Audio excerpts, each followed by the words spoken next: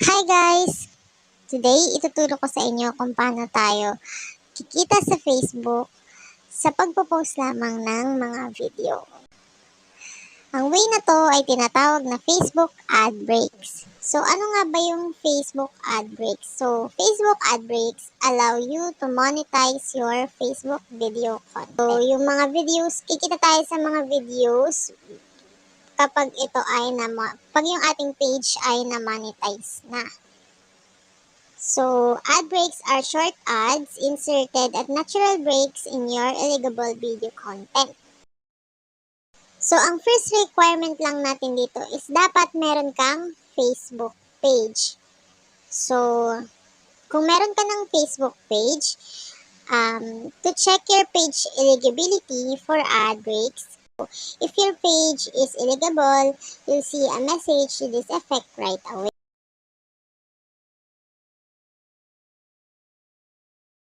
So, paano nga ba tayo magiging eligible monetization? So, your page must comply with Facebook partner monetization policies so that are centered around community standards, copyright enforcement, authenticity, and engagement.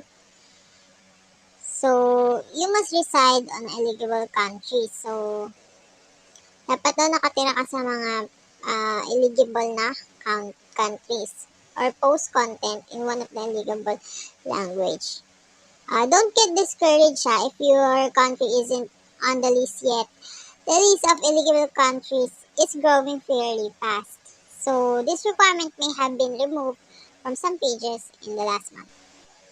You must publish content on your business page, not your personal profile, okay?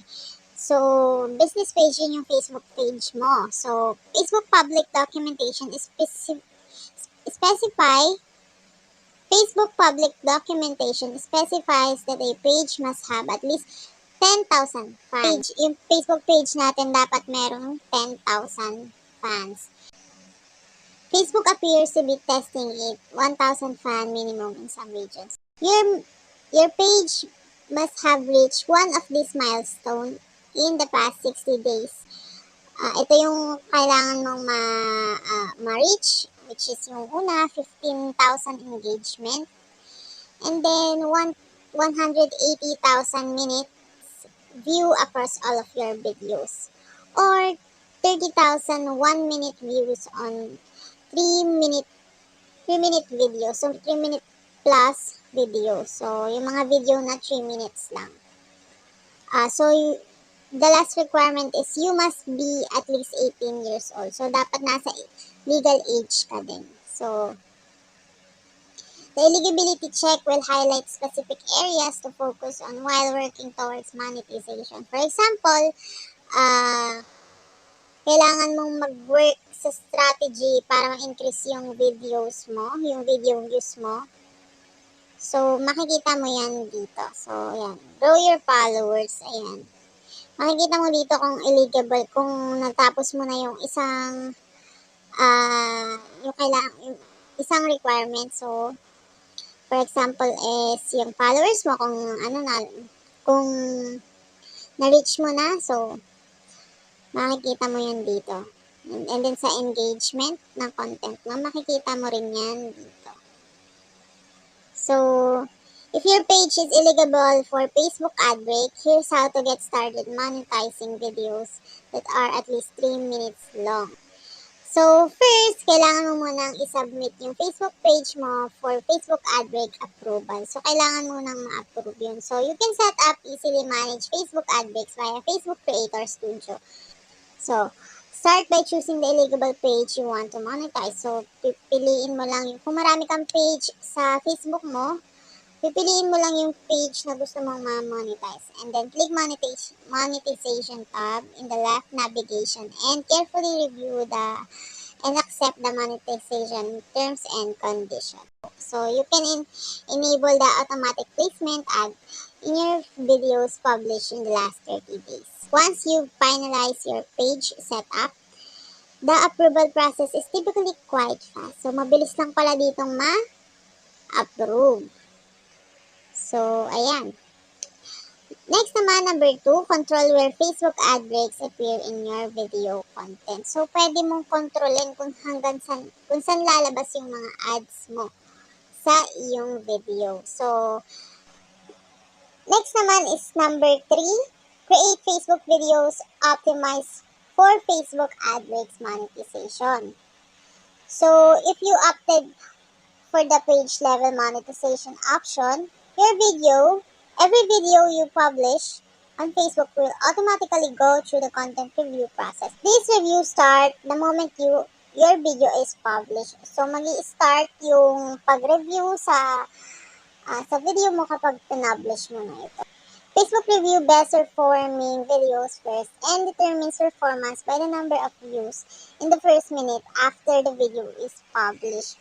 So, this video will get higher priority for review compared to a video that takes 30 minutes to get some 25 views. So, kailangan maka 25 views ka na in first 10 minutes is considered high velocity. So, yun yung mabilis ma-review na videos. The review process can take up to 48 hours, but typically, it's much faster. After the video has been reviewed, the status will change to one of these icons. So, una is monetize. Your video is earning money. So, ayan. Tapos, yung kanyang logo is color green. So, ibig sabihin monetize siya at kumikita yung iyong video.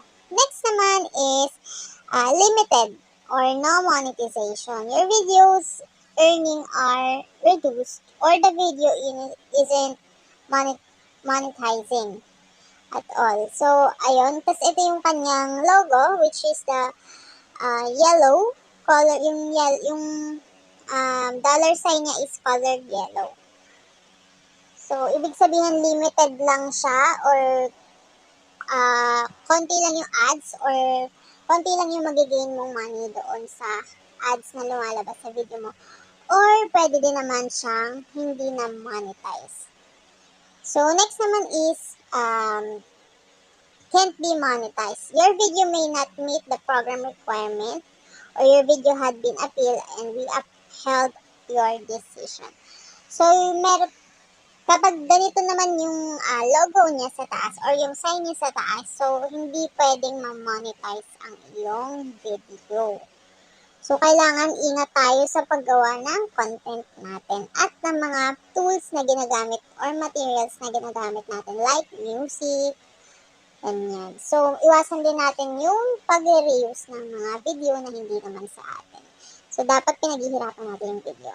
Keep in mind that not all 3-minute videos will qualify for monetization. So, ayun na nga. So, here are some tips to help. So, ito yung mga tips na pwede kong sabihin sa inyo para maiwasan natin yan. So, una, establish a theme and align content with your niche. So, make sure na gusto ninyo yung video na or connected ito sa inyo, yung video na ginagawa ninyo. For example is, isa kang vlogger, you are a beauty vlogger, and then, ang niche mo is, ayan, ipakita yung kagalingan mo sa pag-make-up. So, yun yung pwede mong i-post sa iyong page. Yun yung pwede mong i-post sa iyong page para kumita ka. Just like lang din sa mga YouTuber na ating napapanood. Ganun lang kasimple. So, next naman is create original Facebook videos. So, ayun. Connected sa'yo. And then, syempre, original. No, galing sa'yo. Ikaw ang gumawa. Hindi yung pinagawa mo sa iba or kinuha mo sa iba yung content. Ano? So, protecting creator copyright is one of the Facebook's top priority. So, kailangan is may originality ka para iwas copyright claim. Ano? So, next naman tayo, number 4, review your Facebook ad break revenue. Yun. So, titingnan na natin kung magkano ba yung kinita natin sa mga video na pinost natin. So, to view your video stat in Facebook Creator Studio, click the Monetization tab and then Insights. You may notice that the Facebook views are somewhat higher than YouTube views. Oo. Kasi talaga namang Sa Facebook is meron din namang autoplay. So, napapanood mo kahit hindi mo naman gusto i-play. Kaya nakukuha yung attention mo para mapanood yan. So, if you produce engaging video content that user want to share, you'll get credit for watched minutes. So, ayan. The Insight tab will highlight your top earning videos, percentage of 10-minute plus videos, and more. You can also see breakdown of your minute video views, estimated earnings at the individual video level.